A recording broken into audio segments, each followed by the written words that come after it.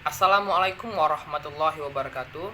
Saya Randy Dineta ingin menjelaskan tentang analisis SWOT yang ada pada pengambilan keputusan. Sebelum saya menjelaskan, saya ingin memberitahu tujuan dan manfaat kita dalam mengetahui atau dapat menganalisis SWOT itu pada pengambilan keputusan.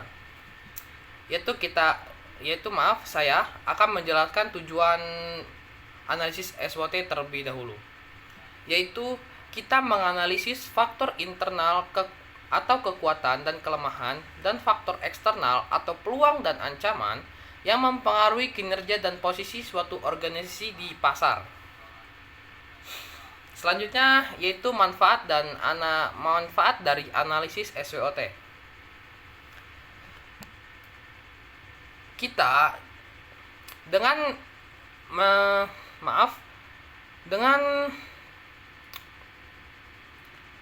kita mempelajari analisis SWOT ini, kita dapat manfaat, yaitu membantu dalam mengidentifikasi kekuatan dan kelemahan internal suatu organisasi yang dapat memberikan gambaran jelas tentang aset yang dapat digunakan dan area yang perlu ditingkatkan, memungkinkan organisasi untuk mengevaluasi peluang pasar yang dapat dimanfaatkan dan ancaman eksternal yang perlu diatasi untuk menginformasikan perencanaan strategis mereka.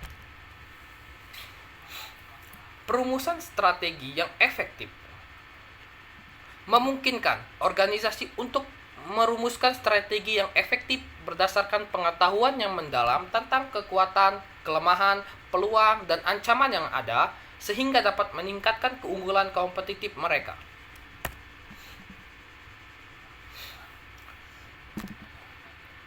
Selanjutnya itu analisis SWOT itu sendiri.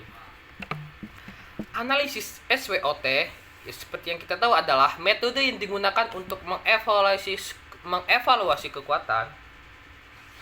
Yang kita tahu itu adalah analisis SWOT, yaitu terdiri dari S, W, dan O, dan T, yaitu S-nya itu strength, weakness atau kelemahan, O-nya itu opportunity atau peluang, selanjutnya itu T itu threats atau ancaman. Jadi, analisis SWOT adalah metode yang digunakan untuk mengevaluasi kekuatan atau strength, kelemahan, peluang, dan ancaman yang terkait dengan suatu proyek atau dalam konteks organisasi secara keseluruhan. Nah, berikut ini adalah penjelasan tentang 4 elemen utama dari analisis SWOT itu tersendiri. Yang pertama itu adalah strength atau kekuatan. Kekuatan merujuk pada aset internal atau faktor positif yang membedakan organisasi dari pesaingnya. Ini memungkinkan termasuk keunggulan produk, reputasi mereka yang kuat, tim manajemen yang terampil, sumber daya finansial yang memadai, atau proses operasional yang efisien. Selanjutnya itu kedua yaitu weakness atau kelemahan.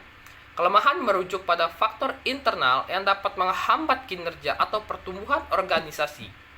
Ini bisa mencakup kurangnya sumber daya, kekurangan keterampilan tertentu di antara karyawan, kurang inovasi, atau proses operasional yang tidak efisien. Selanjutnya itu opportunity atau peluang.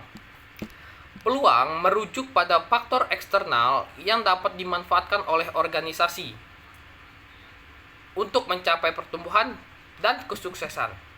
Ini mungkin termasuk perubahan tren pasar, perubahan regulasi yang menguntungkan, kekosongan pasar yang dapat diisi, atau perubahan teknologi yang dapat dimanfaatkan. Selanjutnya itu yang keempat, yang terakhir itu adalah threats atau ancaman. Ancaman merujuk pada faktor eksternal yang dapat menghambat kinerja atau pertumbuhan organisasi.